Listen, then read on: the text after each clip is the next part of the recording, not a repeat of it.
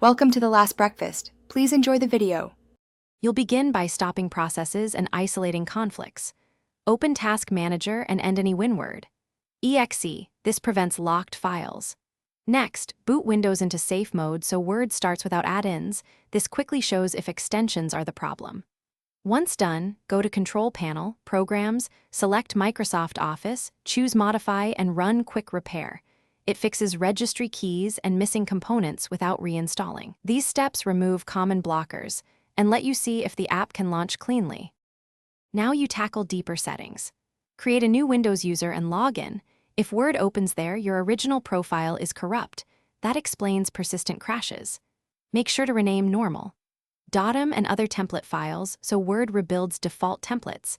This resolves startup errors caused by bad macros.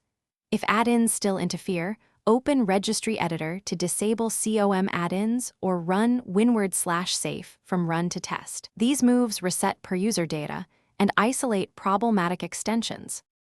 Finish by reinstalling if repairs fail. Uninstall Office fully, reboot, then reinstall from your license, or use the Office deployment tool for a clean image. This removes corrupted binaries.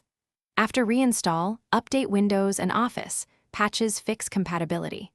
Check Event Viewer for specific error codes if Word still won't open. That informs targeted fixes. If all else fails, restore to a recent system, restore point, or install Office offline on another PC to validate your installation media. Thanks for watching. If this was helpful, leave a like and consider subscribing. See you next time.